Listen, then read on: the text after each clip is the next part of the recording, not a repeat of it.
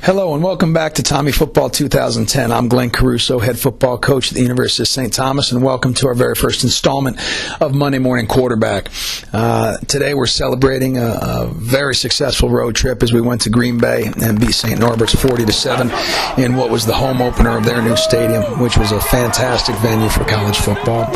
In addition to spending some time at their new stadium, we also spent time out at Lambeau Field with the team and had a fantastic time with all the guys together.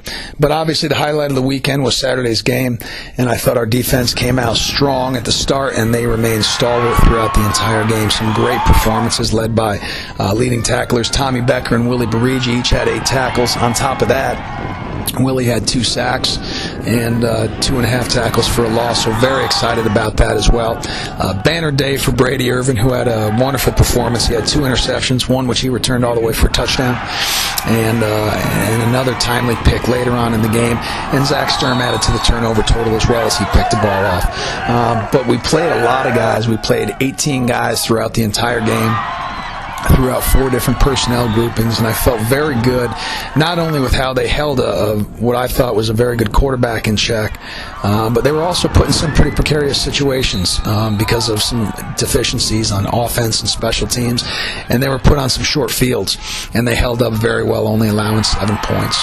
As I said, we got to play a lot of guys, and it felt really good to get out there and run around. I think we have some very good athletes, and I think the defensive staff does a very nice job coaching them and getting them to play clear-minded, and that showed on Saturday. The special teams left a little bit to be desired in terms of consistency. There were some very high spots, but there were some very low spots as well. So in addition to Fritz Waldvogel's tremendous day, he had 2 punt returns of 40 yards or plus that set up some scores for the offense, and that was tremendous. And we did have 2 field goals, the second being a 42-yarder by Luke DeWall, and Timmy Albright hit a shorter field goal early on, and that was good. But overall, we had a few issues. A punt was blocked, and we also left a punter, which gave them another possession. So, as I said, some high highs, but some low lows, and we got to smooth that out and make that effort a little bit more consistent. But we did get some pretty good effort out of some key guys down the stretch, and some of our freshmen got on the field early on special teams and really did make an impact, especially in the coverage game.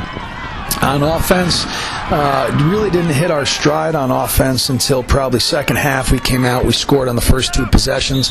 I think we felt good about that and didn't get our 3rd possession until probably halfway through the second quarter. Ben Wortman had a couple touchdowns on the day. Dakota Tracy had a very efficient day, going 12 for 16 with a couple touchdowns in addition, running the ball, and he looked very good out there running. But overall, the offensive line a little bit sketchy at times in terms of protection. We did take 2 sacks, which is not really what we've hung our hat on in the past.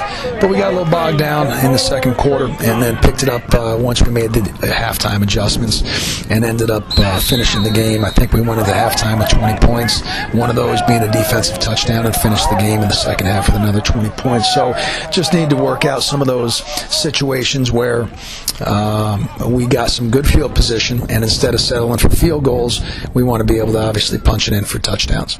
We hope you're able to join us next week. We take on the University of Wisconsin River Falls on the 11th, which is our home opener, and obviously we have a very beautiful new building that I'm sure a lot of you will be coming to take a look at, but most importantly, we hope you come and cheer on the Tommies. Game time is 1 o'clock. See you there.